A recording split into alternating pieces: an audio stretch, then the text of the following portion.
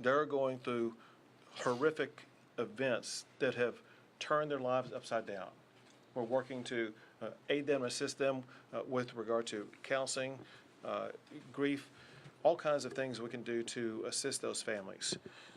One of the most important things that we can do is to address their greatest concern, and that is there are so many families that are still waiting to learn about their loved one. And we are working 24/7 to get the information that will be able to answer their question. What I can tell you is several things. I had the opportunity yesterday to visit Camp Mystic and get to see firsthand what happened there, as well as all the way downstream after that. And it was nothing short of horrific to see what those young children went through. And we will remain 100% dedicated, searching for every single one of the children who were at Camp Mystic, as well as anybody else in the entire riverbed, to make sure that they're going to be recovered. We know that parents and families, they want information, they want closure, and we want them to know that we are working as swiftly as possible to get them accurate information that will provide that closure. I do want to thank the local officials, city and county and otherwise, who also are working around the clock to make sure they are addressing those concerns.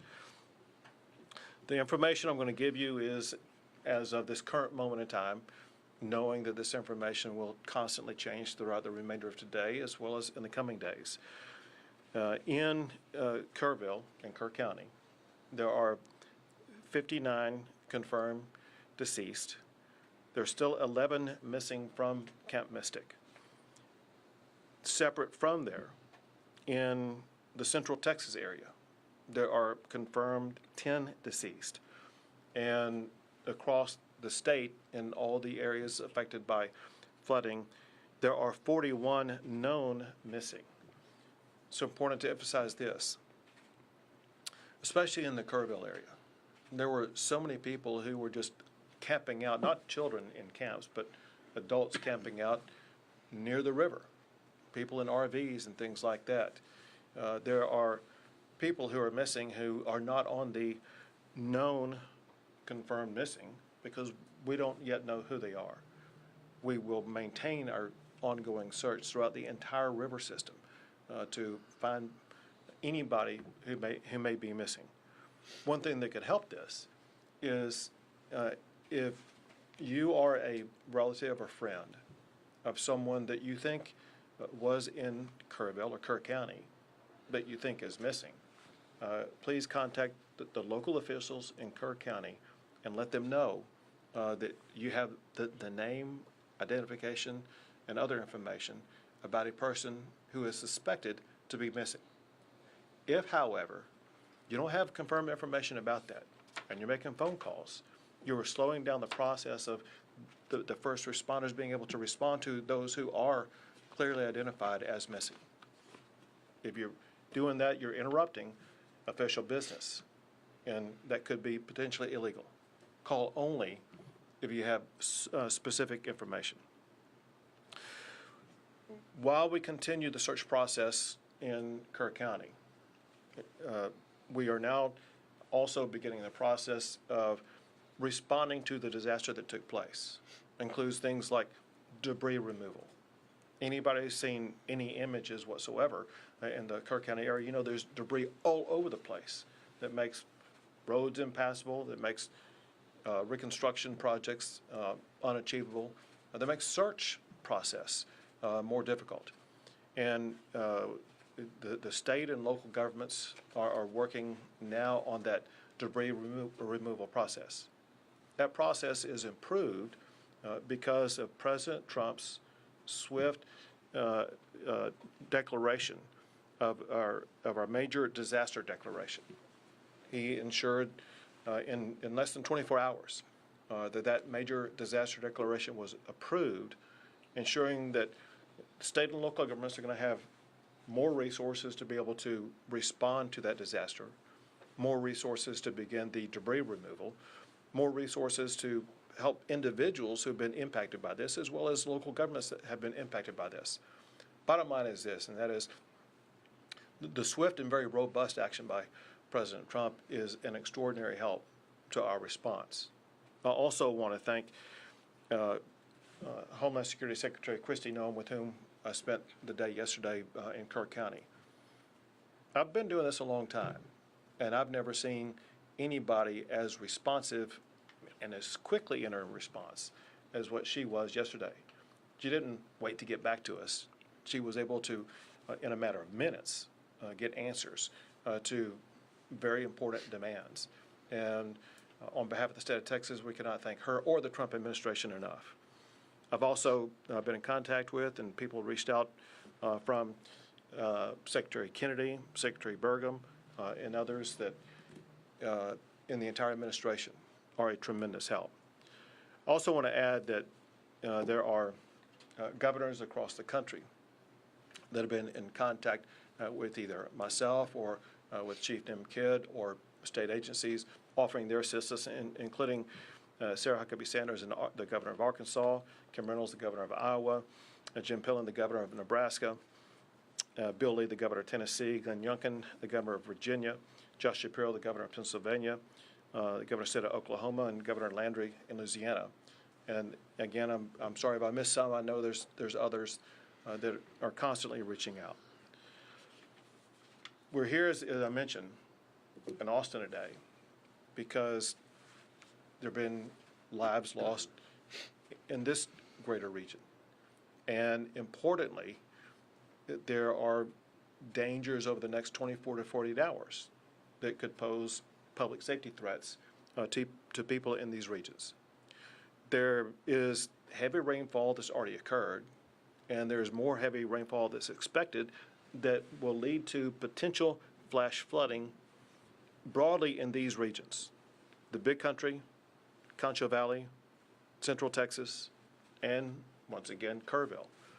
The point is this: if you're in any of those regions, you need to realize, for one, you're in an area with land that's already saturated with water. But for another, that when more water comes down, it could lead to rapid flash flooding events. Now, there's nothing expected at this time to the magnitude of what was seen in Kerrville. That said, flash flooding can occur at lower levels of water than what happened in Kerrville.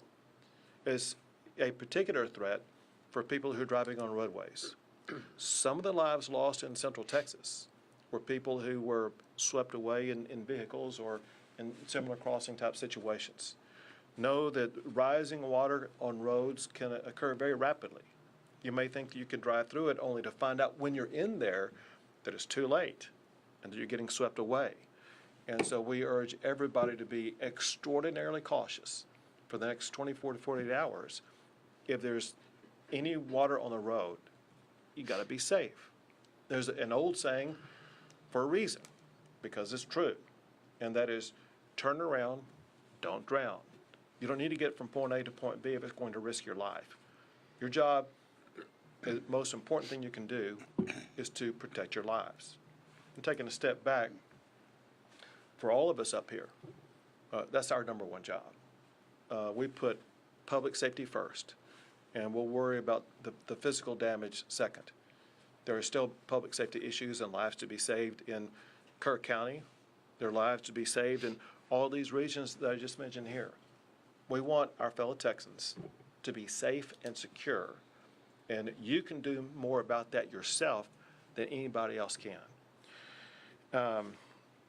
With that, I will, I think, pass it to you, Colonel. Yes, sir.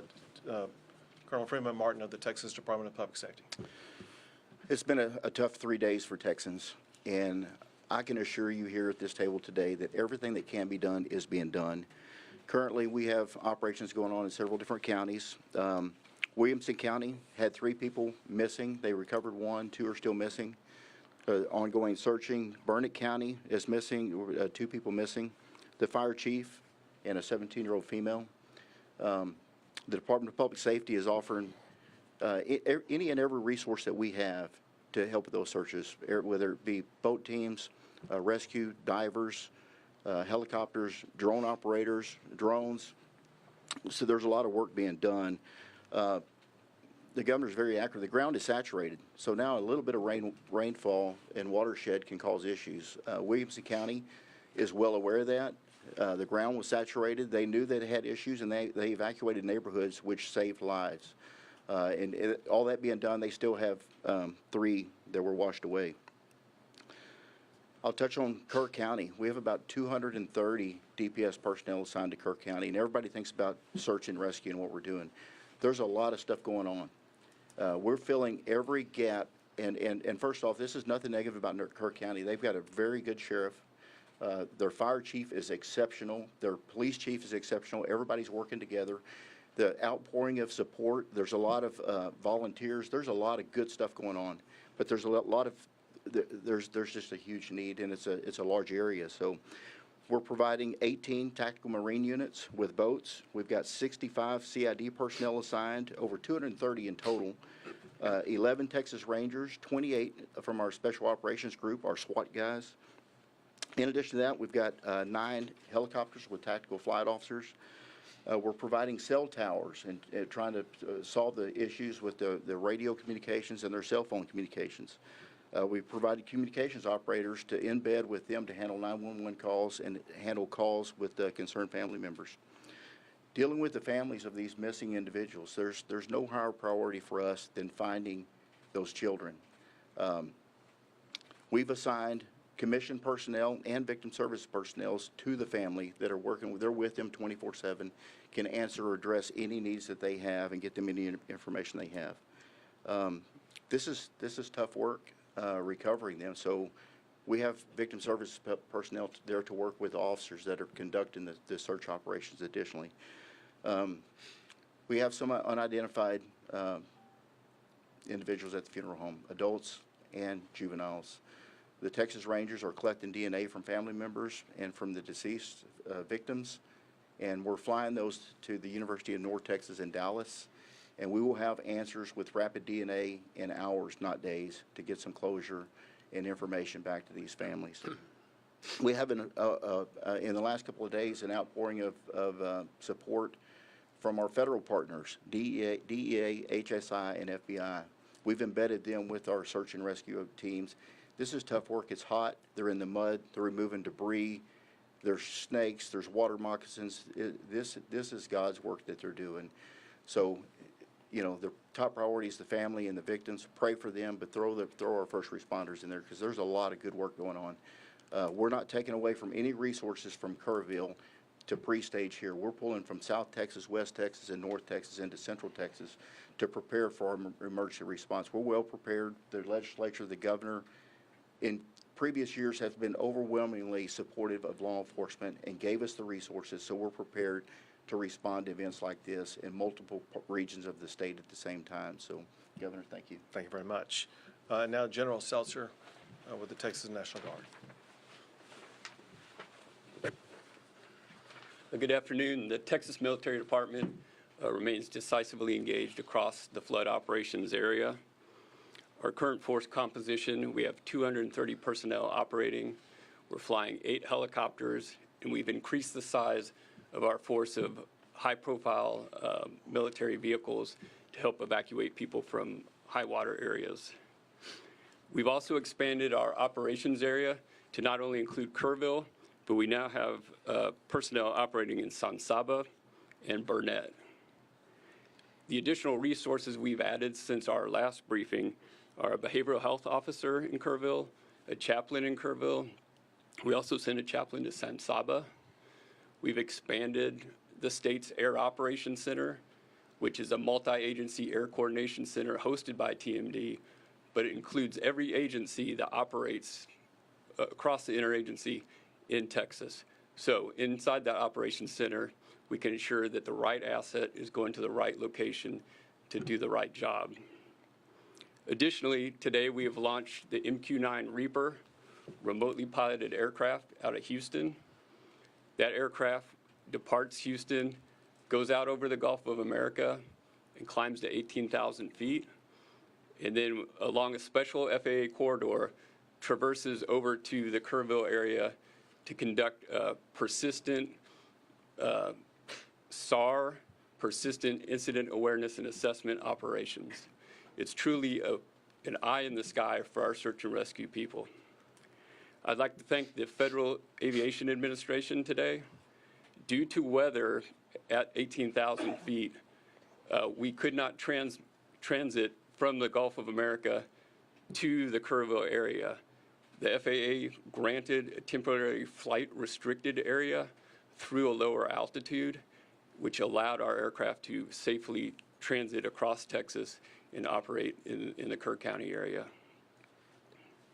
In terms of rescues and evacuations for the Texas Military Department, we have a total of 525 rescues or evacuations.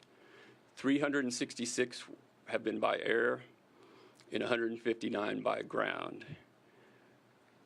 Of those count, 20 ground evacuations occurred in San Saba and 5 air evacuations occurred in Burnett. And that concludes my brief. Thank you, Governor. Thank you. Now with the LCRA, there it is, Phil. Good afternoon. I'm Phil Wilson, General Manager of the Lower Colorado River Authority. I think the most significant message we have in the general area right now is that if and when we get more rain, please stay off the lakes. High the lakes have a lot of debris right now. It's not safe to be boating. It's not safe to be out there. We'll let you know when it is, but critically, stay off the lakes. It's July. People are used to summer, and this is not a good time to be out there. To echo, we're working very closely with law enforcement. We have our rangers deployed to Burnett County right now with our mobile command center trying to support the activities up there.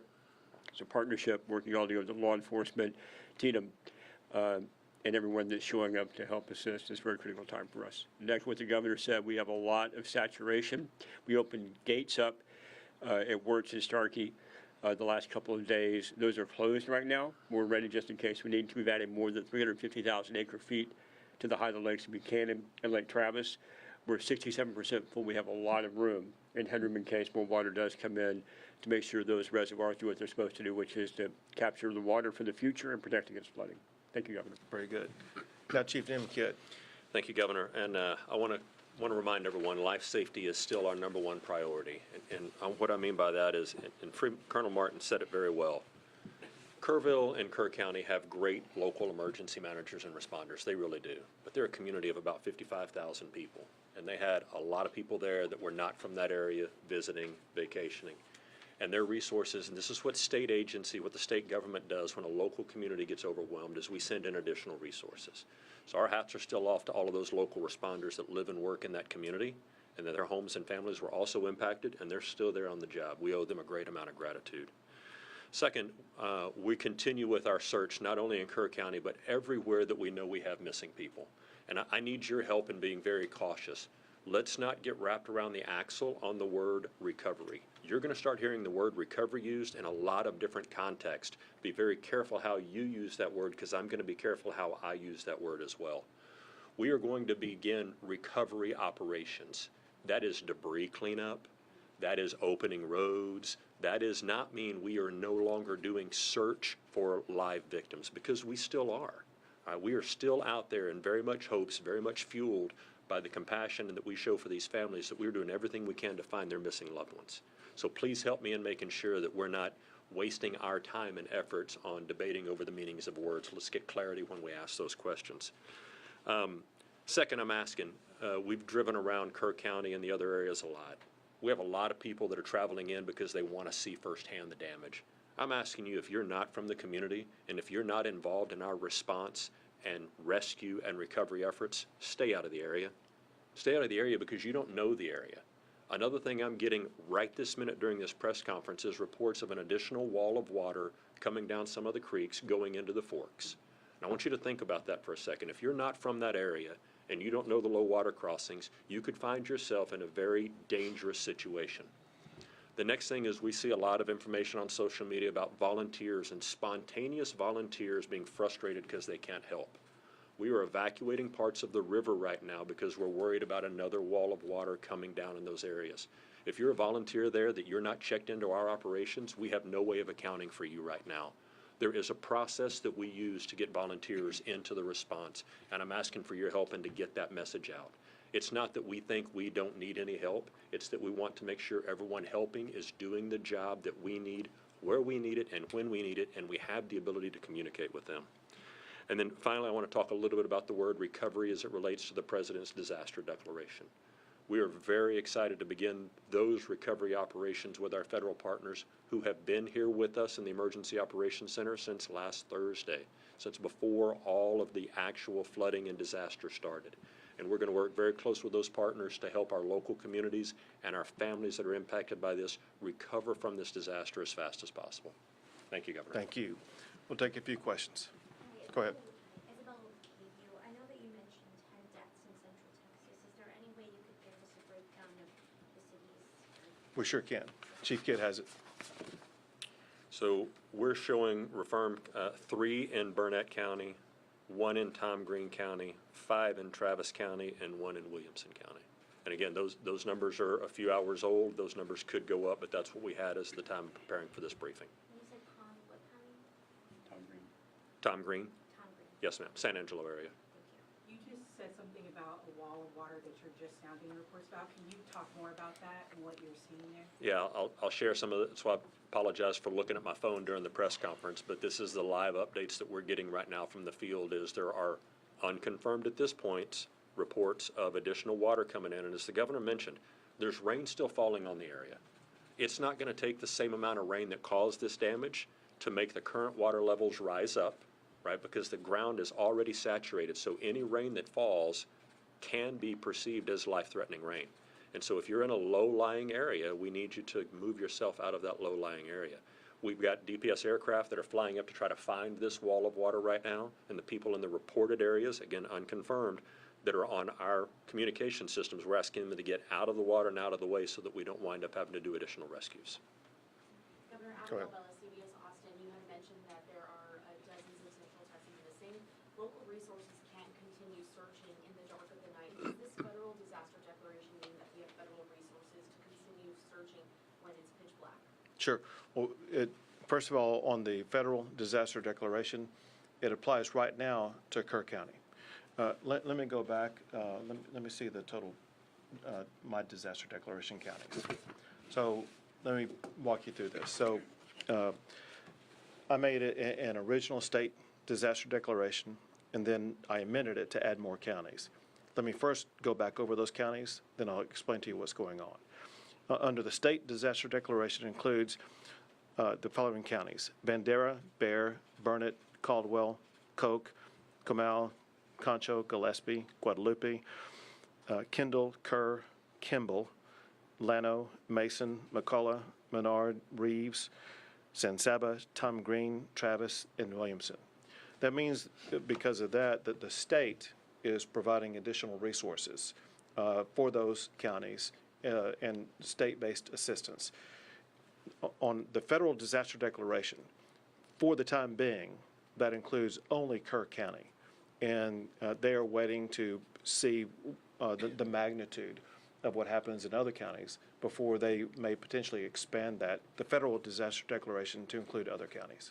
So for now, local resources have to stop search and rescue efforts when the fall. That's not accurate. No. We have drones and helicopters that have thermal and night vision and FLIR where they can search at night. Our special operations groups have that. And, at the law enforcement level, we don't really wait for a federal declaration. The feds come. They're there, they're helping. They offer assets and resources. This helps with funding and additional resources and bringing in from out of state. But our local federal partners, they're very involved. So we've, of course, we're a lot more productive during the day, but we search at night, and we're seeing some really good results, which is good. But the bad news is you will see the death toll rise today and tomorrow. One other thing to add to that is the U.S. Coast Guard, part of the federal government, was here working long before the declaration was granted based on our partnership and relationship. So we still have Coast Guard assets here, and they will operate at night as well. Thank you for the question. Go ahead. Bayless across the American States. Could you talk a little bit more about the warnings that local officials got, the way that the state and federal government communicated with local officials, and whether you believe that these deaths were preventable?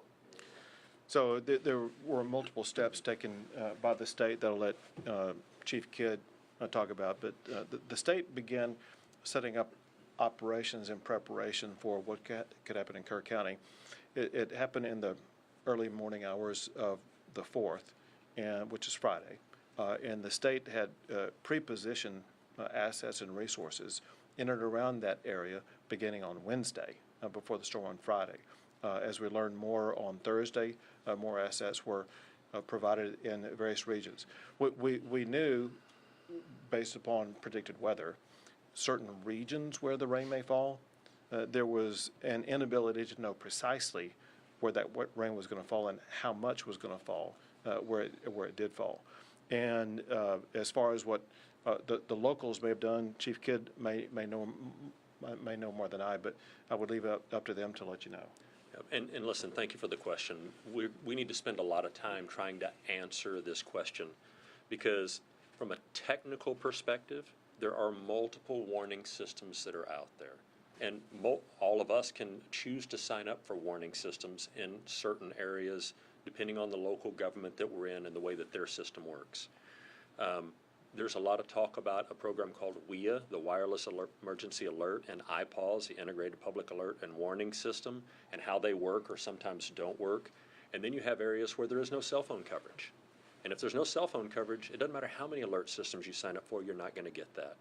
And then there's the NOAA weather radios from the National Weather Service. I'll ask you, how many of you have a NOAA weather radio by your bed at home? And so there can be all kinds of alert systems that are sent, and we know that some were sent, some general messaging was sent early, some urgent warnings were sent at various times, but just sending the message is not the same as receiving the message, having a plan to do something when you receive the message, and then the ability to implement that plan. And so I really would love to have a separate conversation with all of you about how we can continue to get the message to the public about what they need to do when they get a message, what they should do when that message is received, and how they communicate that back to their loved ones and family members. Let me add this also. I don't know if you guys saw this, but the city manager for Kerrville explained that on the morning of the 4th, he was out jogging at about 3:30 in the morning, and it just then began to rain a little bit. He got home and saw that it rained a little bit more, and he saw after that the torrent of water that was coming down the river. And the point that he made was that by the moment in time when they knew the magnitude of the water, it's a difficult decision whether or not to begin evacuating people or not, because if you have a warning telling everybody to evacuate, you could actually lead them to their death. We know that some deaths in Kerrville were people who died who got swept away who were trying to evacuate. And so local officials know the best about the terrain, about the danger spots and things like that, about who might be able to evacuate, those that would just be getting into a more dangerous situation. You talked in what you just said kind of about expertise and about just knowing the area, and that extends also to the National Weather Service folks who are in those offices and have years and years of experience. There are currently 6 vacancies in the local, the National Weather Service office that cover Kerr County. What is your perspective on how that could have impacted the warnings that you all were able to get and how accurate the information you all were able to get? So I know nothing about the staffing. What I do know is what they put out. And it's my understanding that what they put out was kind of the information that the state was operating off of, and that is that there were alerts or warnings about heavy rain, potential for flash flooding in certain areas.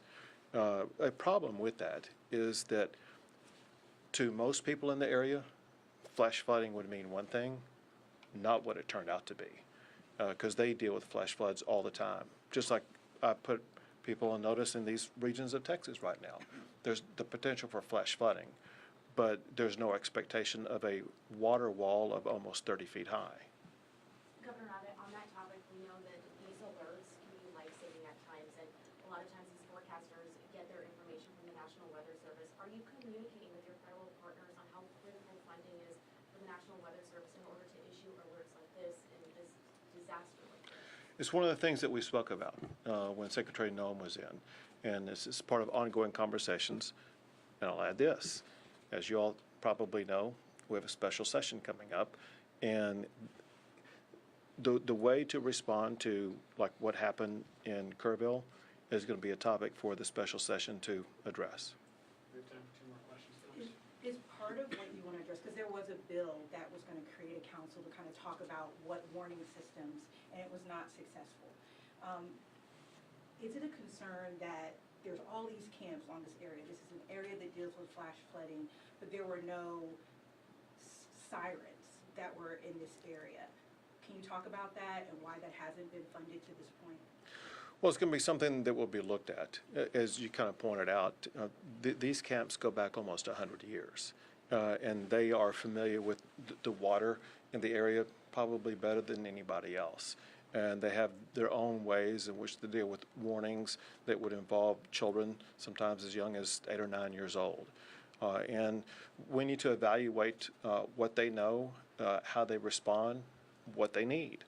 And that's why it's going to be good to have a session with all members working together that will bring different perspectives, because the reality also is this, and that is what's needed in that river basin at that location could be far different than what's needed in some other river basin across the state. Time for one more, folks. Go ahead. Hayden, Texas Tribune. Do you know if anyone tried to get warning to people at the camps outside of the automated disaster system? I missed the first part of the question. Did anyone try to get warning to the people at the camps outside of the automated system? So I'm not sure that I understand the question. I mean, does somebody go door to door and knock on the doors, or? Yeah, we're just wondering if there are any official outreach in the area. You know, we talked to the county emergency manager when we were there the first day, and the county does have a plan for that county and the 18 or so camps that are in that county. Probably be really good to ask them that question and let them give you that answer. It's a good question. Thank you. Thank you, everyone. thank you all.